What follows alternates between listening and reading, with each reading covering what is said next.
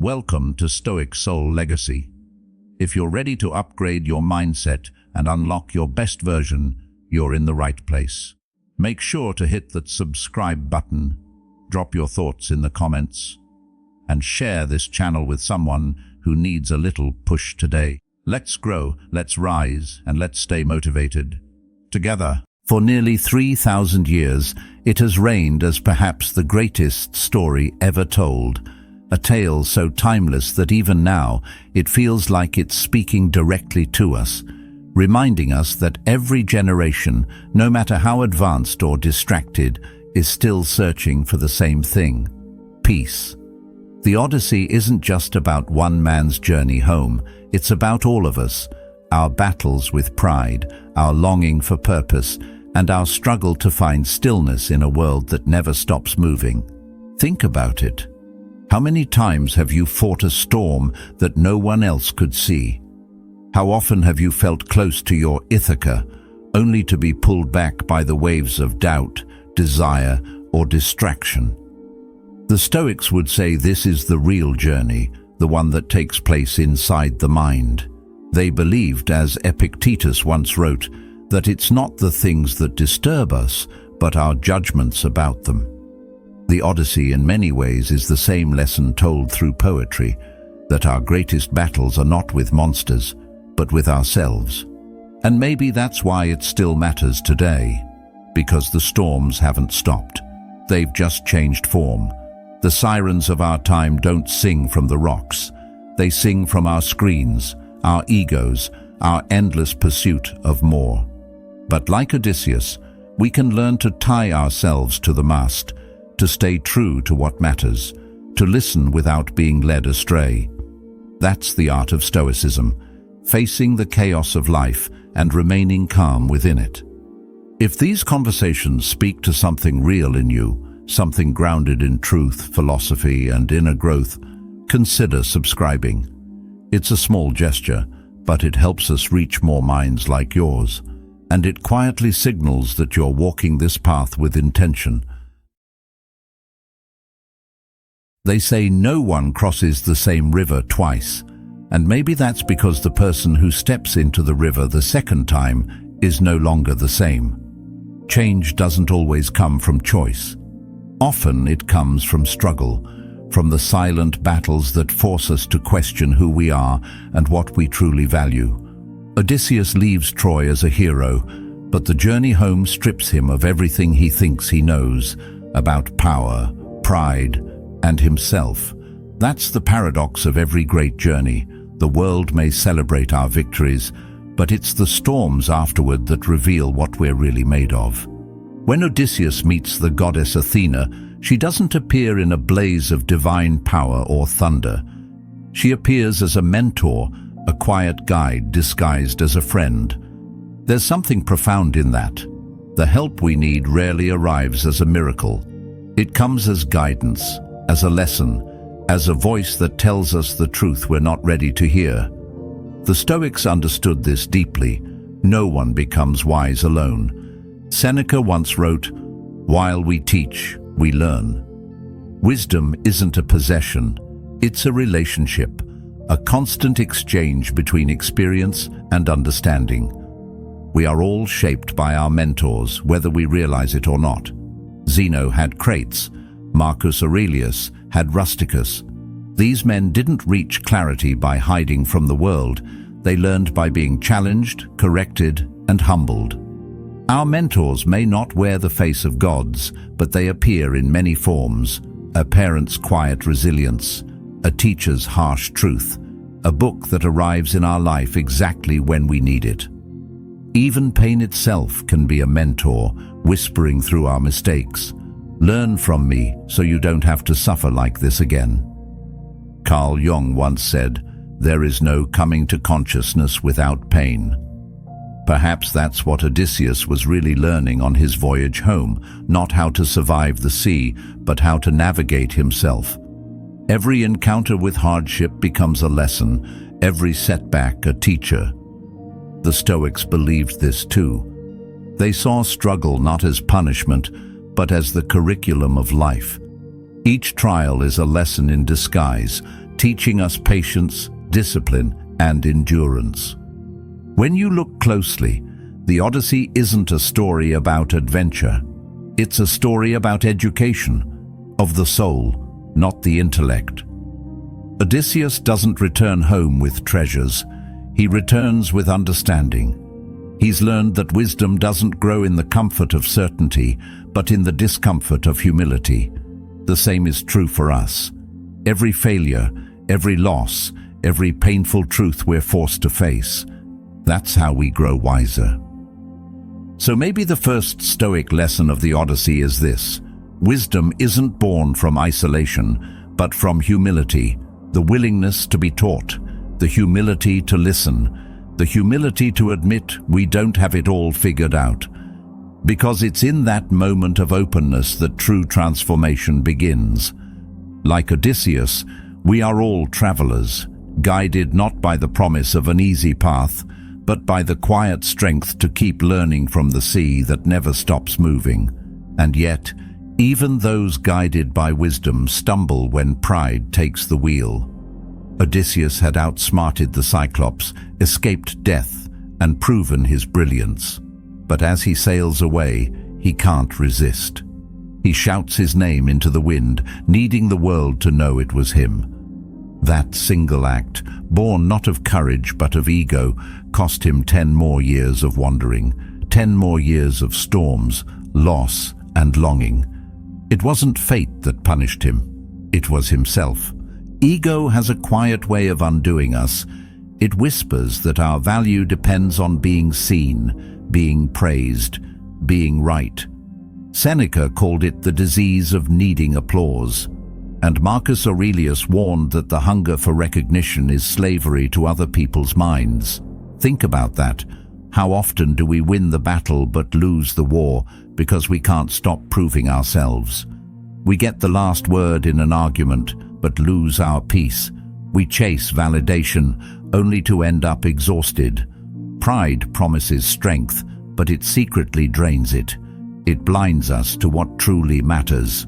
Carl Jung once wrote, "Through pride, we are ever deceiving ourselves." But deep down below the surface of the average conscience, a still small voice says to us, something is out of tune. Maybe that's what happened to Odysseus. His voice carried across the sea, but the silence that followed revealed something hollow. Maybe the storm that follows him isn't divine punishment. It's a reflection, the echo of a mind out of harmony with itself. Because pride doesn't just delay peace, it destroys it. It replaces wisdom with noise, clarity with chaos. And yet, even the proudest hearts can be softened by reflection. After years of turmoil, Odysseus sails into calm waters and meets the Lotus Eaters, people who live in endless comfort, untouched by pain or urgency. They've tasted something sweet, and it's made them forget who they are.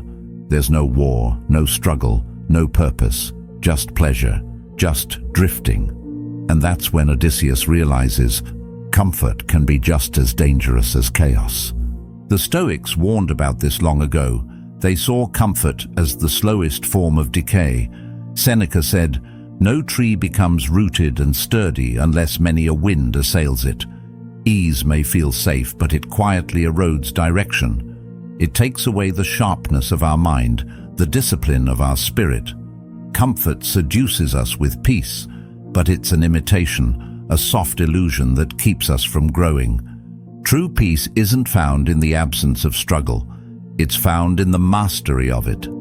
The Stoics believed that calm isn't what you reach after the storm. It's how you choose to sail through it. Life will test you, not because the universe is cruel, but because the soul needs friction to remember its strength. Growth happens in the resistance, not the release. So if you ever find yourself lost in comfort, remember, you're not resting, you're drifting. And drifting is the quietest form of surrender. The winds of challenge are not your enemy. They're the reminder that you're still moving, still alive, still becoming who you're meant to be. But how do we resist that drift, especially when the world is filled with sirens? The truth is, They're not as obvious as we think. They don't sing songs of destruction. They sing what you most want to hear. Words that sound like comfort but hide decay. Promises that feel like rest but lead to ruin. That's what makes them dangerous. Because the sirens of our age don't live on rocky shores. They live in our pockets, in our thoughts, in every little escape we choose instead of growth. The Stoics would have called this the voice of temptation, the internal whisper that personalizes your downfall. It's like an algorithm of the soul, one that knows exactly where you're weak. It tells you, you've earned this distraction. You deserve this indulgence. Just one more time. And before you realize it, you're no longer steering the ship. You're being pulled toward the rocks, slowly, softly, willingly. You're not destroyed by a monster, but by your own desires. Carl Jung once said, "Until you make the unconscious conscious, it will direct your life and you will call it fate." That's the hidden trap, the illusion that the things pulling you off course are outside of you, but they're not. They're inside, disguised as comfort, as pleasure, as just taking a break. The Stoics saw this clearly. They believed our greatest challenge wasn't the world itself, but our reaction to it. We can't always control the noise, but we can control whether we listen. That's what Odysseus understood. When he approached the island of the sirens, he didn't trust his willpower. He didn't pretend he was stronger than the song. Instead, he tied himself to the mast and ordered his men to plug their ears. That wasn't weakness. That was wisdom. It was the humility to accept that temptation, when heard, is hard to resist. So he designed his life to protect himself from himself. That's discipline, not fighting the urge in the moment, but structuring your world so you don't have to fight it at all. The Stoics had a word for this, prohairesis. It means governing your mind before the storm arrives. Building the kind of self-control that doesn't depend on moods or motivation, but on foresight. It's choosing to step away from what weakens you before it calls your name. Marcus Aurelius wrote, "You have power over your mind, not outside events." Realize this, and you will find strength. That's the heart of it. True strength isn't about overpowering your desires. It's about outsmarting them. It's about setting boundaries, not because you fear temptation, but because you respect yourself enough to protect your peace. Maybe that's why true freedom looks a lot like restraint. It's not about denying joy or cutting yourself off from life. It's about reclaiming control over what shapes you. Freedom, to the Stoics, wasn't doing whatever you want. It was being free from what controls you. And sometimes the most powerful thing you can do is tie yourself to the mast, so that when the sirens sing, you can finally hear them for what they are, illusions trying to pull you away from your true course. Still, even the disciplined find themselves surrounded by chaos.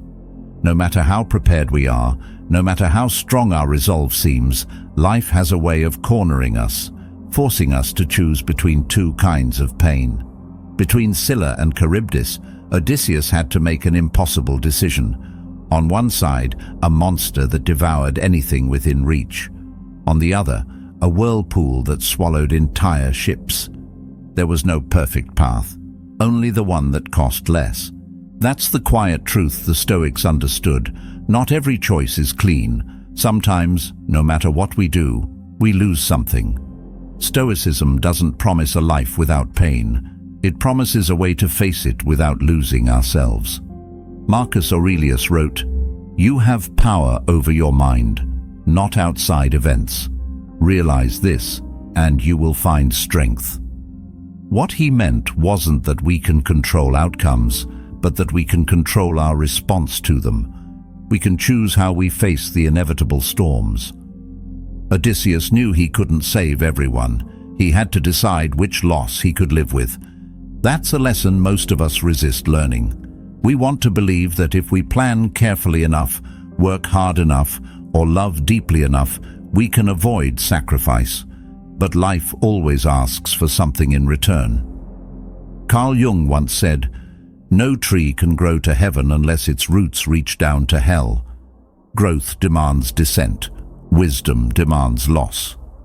Every meaningful journey tests our ability to endure what we can't control without becoming bitter, without letting pain define who we are. Courage, Marcus wrote, isn't the absence of fear. It's the ability to act despite it. That's what separates the Stoic from the spectator. Courage isn't loud. It's not about grand gestures or fearless faces. It's quiet. It's the steady hand on the wheel when the sea roars and the sky turns dark. It's knowing that fear is a natural part of the human condition and still saying, "I will go on." And sometimes, courage means accepting that some pain is necessary. There are moments when peace isn't found in avoidance, but in endurance. We can't sail through life untouched. The waves will come, and they will leave their mark. But we can steer with integrity, with the kind of inner compass that no storm can break. The Stoics called this arete, moral excellence, the unwavering choice to do what's right even when it hurts.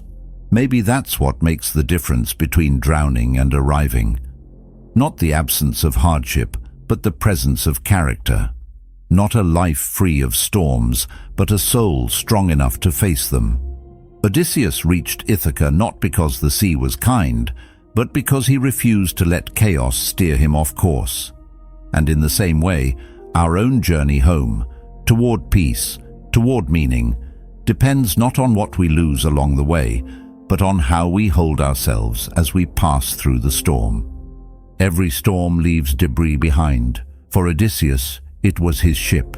For us, it's the illusions we thought would save us, the false beliefs about control, permanence, and certainty.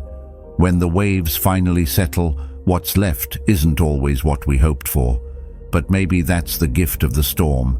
It strips away everything that isn't real. Odysseus loses his men, his wealth, his reputation.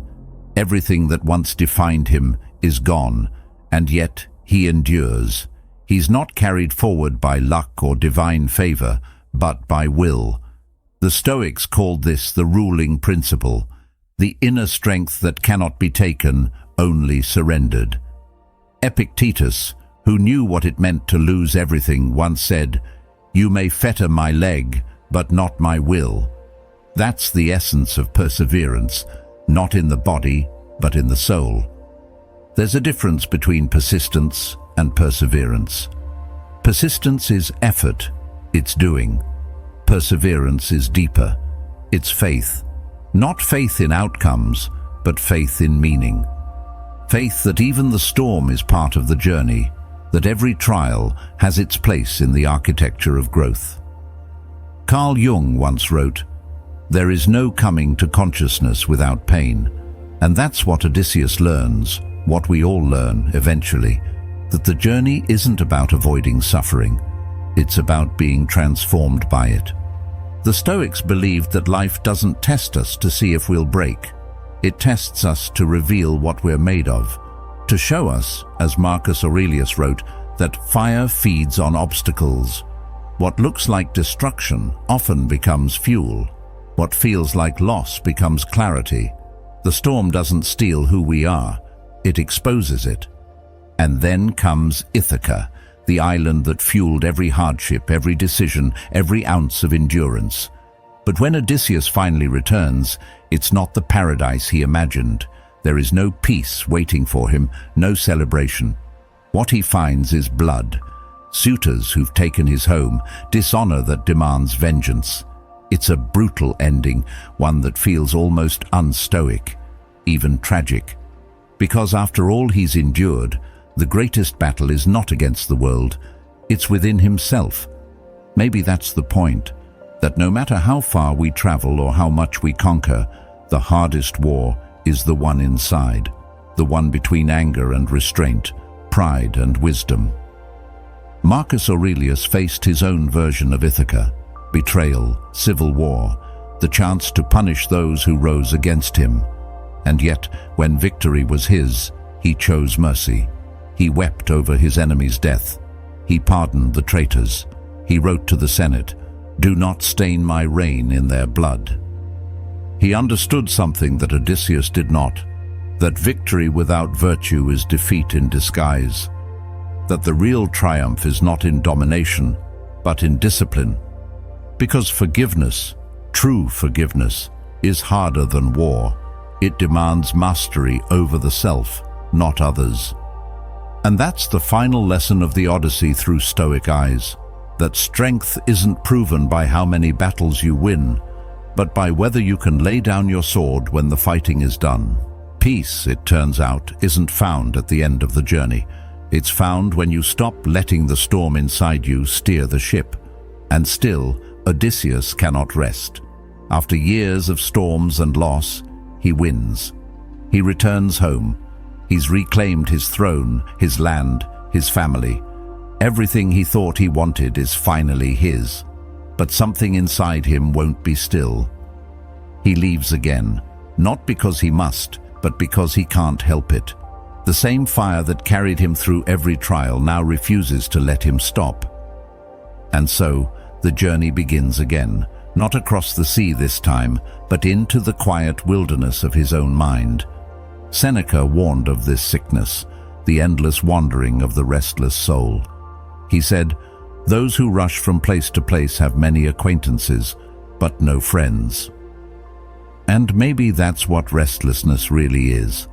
A refusal to sit still long enough to meet yourself. We tell ourselves we're chasing purpose, adventure, meaning. But often, what we're running from is silence. Because silence has a way of confronting us with truths we've avoided for too long. It's not geography we're escaping, it's ourselves. We move cities, change careers, end relationships, start new ones, all in the hope that peace lies somewhere else. But every time we arrive, it slips through our fingers. Carl Jung once said, "People will do anything, no matter how absurd, to avoid facing their own soul." And that's the tragedy of Odysseus. He's conquered kingdoms, faced gods, survived monsters, but he can't conquer his own restlessness. The same mind that outwitted every danger cannot quiet itself in peace. We all carry that same tendency, the need to move, to fix, to achieve. It feels like progress, but sometimes it's just avoidance in disguise. The Stoics saw this clearly. They taught that peace isn't a destination, it's a discipline. It's not something you find at the end of your journey, but something you cultivate in the middle of it. Epictetus said, "No man is free who is not master of himself." Freedom isn't about having endless choices, it's about no longer being controlled by the need for more. We chase new battles because we're afraid of what happens when there's nothing left to fight. The silence after the storm can feel unbearable. But that silence, that stillness, is where transformation begins. The Stoics would tell us that the goal of life isn't constant motion. It's not conquest or recognition. It's harmony between who you are and what you do. It's the moment you realize that the peace you've been seeking has been within you all along, waiting for you to stop running long enough to hear it. Peace isn't something you reach, it's something you realize. It's what happens when the war inside you finally ends. When you stop trying to escape yourself and start learning to sit beside who you are, even with your flaws, your doubts, your scars. Odysseus spent his life sailing toward Ithaca, but maybe the truest homecoming isn't found on any map. Maybe it's found the moment you stop moving and finally arrive within. That's the real Odyssey. Not 10 years across the sea, but a lifetime across the soul. The journey that no one else can see, the one that unfolds quietly within us. It's not about distance or geography, it's about depth. Every temptation, every storm, every detour is another lesson in how to come home to yourself. Because home isn't where you started, it's who you become after everything has tested you, broken you, and rebuilt you in ways you never expected.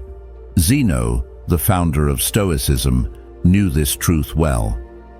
After a shipwreck destroyed everything he owned, he wandered into a bookstore in Athens and found the teachings that would change his life. What he thought was the end became the beginning. Years later, he would write, "I made a prosperous voyage when I suffered shipwreck." There's something deeply human in that, how the very thing we resist becomes the thing that saves us. Sometimes the gods take everything so you can finally see what was yours all along. Carl Jung once said, "There is no birth of consciousness without pain. It's not until the illusion of control is shattered that we start to see clearly." When life throws you off course, when the winds shift, when the shore disappears, it's easy to curse the storm. But what if the storm isn't punishment? What if it's direction? The Stoics believed that fate isn't something to fight against, but something to work with.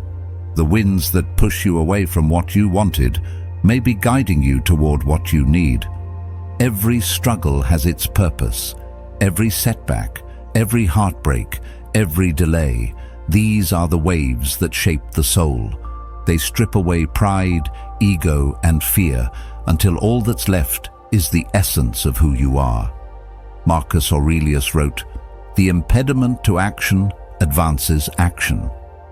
What stands in the way becomes the way. The obstacle isn't separate from the path. It is the path." That's what Odysseus learns. That's what Zeno discovered. And it's what we're all called to remember when the world feels against us. Because the storm is the way home, the chaos, the loss, the uncertainty. It's not there to destroy you. It's there to reveal you, to uncover the strength, patience, and wisdom that were buried beneath comfort and certainty. The Stoics would tell us that fate doesn't test you to see if you'll break. It refines you so that you'll know you can't. And one day, when you finally arrive, when the storms have quieted and the sea lies calm, you'll realize something profound. Ithaca was never a place. It was never a destination waiting beyond the horizon. It was you, the person you became along the way. Every trial, every lesson, every scar was a map leading you back to yourself. And when you reach that place of stillness, you'll understand what Odysseus, what Zeno, and what every Stoic before you discovered, that the journey was never about finding peace. It was about becoming it. If this journey spoke to you, if you see your own storms reflected in Odysseus's, remember, the Stoics didn't tell these stories to entertain. They told them to awaken something ancient in us, something strong, something unbreakable, the courage to face ourselves, to stand in the chaos and not flinch. These lessons aren't about gods or myths. They're about you, about the quiet battles you fight every day, and the strength that's waiting for you in every challenge you'd rather avoid. So, take this as your reminder. Tie yourself to your mast. When the world tempts you with comfort, distraction, or doubt, hold steady. When the storms rise, sail through them, because no storm lasts forever and no sea is endless. Every wave carries a lesson, and every hardship is a step closer to who you were meant to become. And when you finally reach your Ithaca, when the noise fades, when you find yourself in moments of stillness, don't hurry. Don't rush past it as if peace is just another destination to conquer. Breathe. You've already arrived. The journey was never about finding a place. It was about becoming the kind of person who no longer needs to run. As Carl Jung once said, "Who looks outside dreams, who looks inside awakes." The Odyssey, like Stoicism itself, is a call to awaken, to stop running from yourself and start returning to what's real, what's eternal. Thank you for being part of Stoic Journal, for walking this path of growth, reflection, and self-mastery with us. If this message resonated with you, there's another video waiting on your screen that continues this journey. I think you'll find it meaningful. And until we meet again, stay grounded, stay calm, and keep sailing.